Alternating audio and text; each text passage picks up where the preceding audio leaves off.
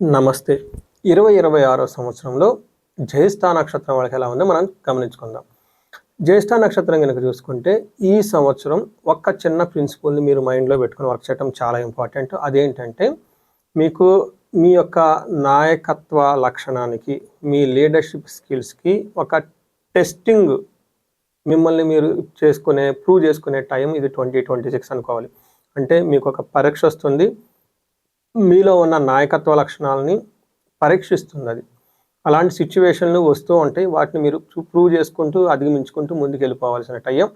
ప్రతి ఒక్కళ్ళు ఈ నక్షత్రంలో ఉన్న వాళ్ళకి 10 మంది మీద ఆధిపత్యాన్ని చెలాయించే అవకాశం, 10 మందిని కలుపుకొని పోవాల్సిన అవకాశం ఈ రాశి వాళ్ళకి, ఈ నక్షత్రం వాళ్ళకి చాలా ఎక్కువగా ఉంటుంది. ముఖ్యంగా కనుక చూసుకుంటే ఎలా ఉంటే మీరు సక్సెస్ అవుతారు ఈ సంవత్సరాన్ని పెట్టుకుంటే, authority with humbleness.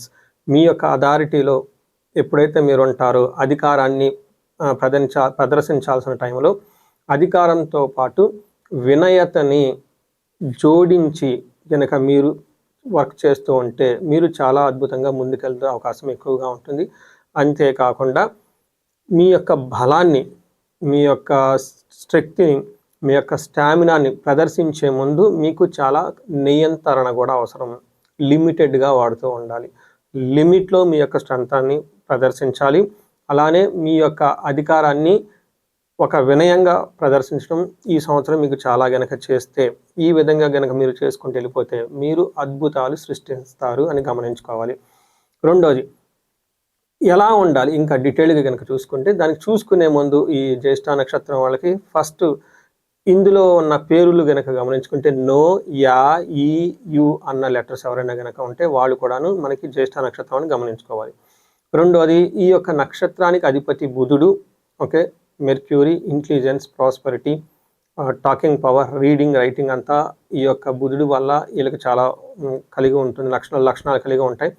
Most important ఈ నక్షత్రానికి దేవుడు, ఓకే, దేవత ఎవరంటే ఇంద్రుడు అని చెప్తారు. ఇంద్రుడు దేవతగా కలిగిన ఈ నక్షత్రం వాళ్ళకి 10 మందిని లీడ్ చేసే ఒక అవకాశం ఉంటుంది, 10 మందిని రక్షించే ఒక కెపాసిటీ ఉంటుంది, 10 మందిని ఒక కమాండ్ చేసే అవకాశం కూడా ఈ నక్షత్రం వాళ్ళకి సహజంగా ఉంటుంది. 2026లో ఎలా ఉండాలో మేము ఆల్రెడీ చెప్పుకున్నాము. అయితే వీళ్ళకి చూసుకుంటే ఎలా ఉంటుంది, ఉద్యోగంలో ఎలా ఉంటుంది అంటే ఉన్నత స్థాయి బాధ్యతలు, హయ్యర్ రెస్పాన్సిబిలిటీస్ వచ్చే అవకాశం మీకు ఎక్కువగా ఉంటుంది. మీకు ఫైనాన్స్ ప్రకారం ఎలా ఉంటుందంటే ఖచ్చితంగా స్టేబుల్ అయిన ఇన్కమ్ ఉంటుంది, ఖచ్చితంగా గుర్తుపెట్టుకోవాలి. నెక్స్ట్ వివాహంలో ఆధిపత్య ధోరణి అంటే డామినెన్స్ని మీరు ఎక్కువగా ప్రదర్శించే అవకాశం అయితే ఉంచుకోవద్దు.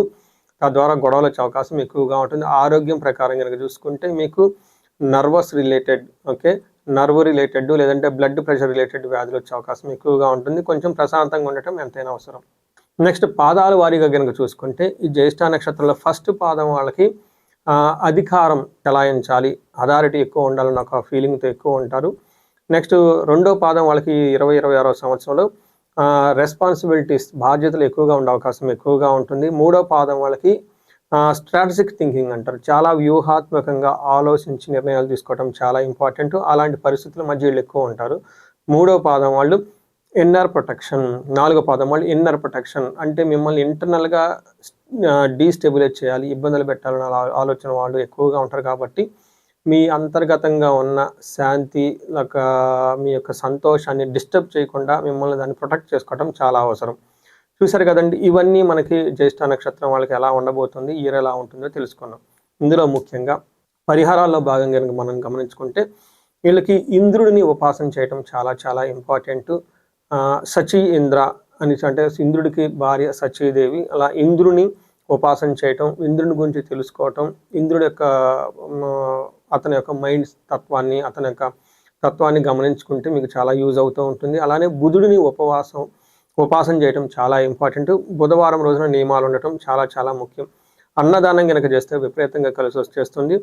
అయితే ఒక్క విషయంలో చాలా జాగ్రత్తగా ఉండాలి, మీకున్న అధికారాన్ని దుర్వినియోగం చేయకూడదు. ఎప్పుడైతే మీ యొక్క అధికారాన్ని దుర్వినియోగం చేస్తారో మీకు స్టాగ్నేటెడ్, అక్కడ జీవితంలో ఆగిపోయే అవకాశం ఎక్కువగా ఉంటుంది.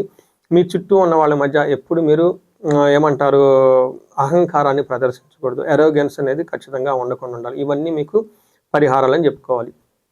ఫైనల్గా ఈ యొక్క సంవత్సరం మీకు ఎలా ఉండబోతుందంటే నాయకత్వ లక్షణానికి ఒక టెస్టింగ్ పీరియడ్ అనుకోవాలి. రెండోది మీరు పవర్‌ని చాలా కంట్రోల్‌గా వాడాలి.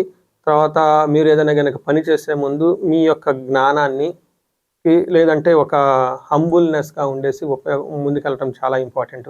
వీటితో పాటు మీకు నిజమైన బలం ఏమంటే ఈ సంవత్సరంలో మీ యొక్క వినయ విధేయతలు అని గమనించుకోండి.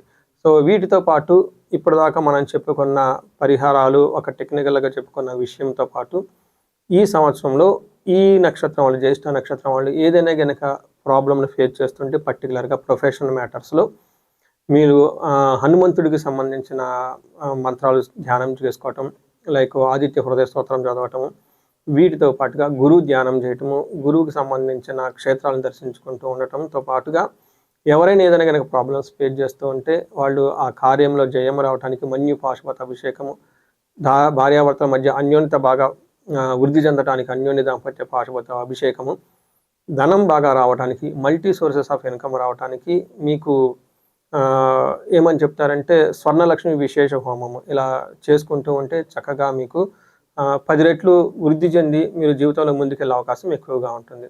సో మీకు ఏదైనా గనక సమస్య పర్టికులర్‌గా ఫేస్ చేస్తూ ఉంటే ఒక్కసారి స్క్రీన్ మీద కనిపిస్తున్న నెంబర్ ద్వారా మీరు నన్ను కనెక్ట్ అవ్వండి.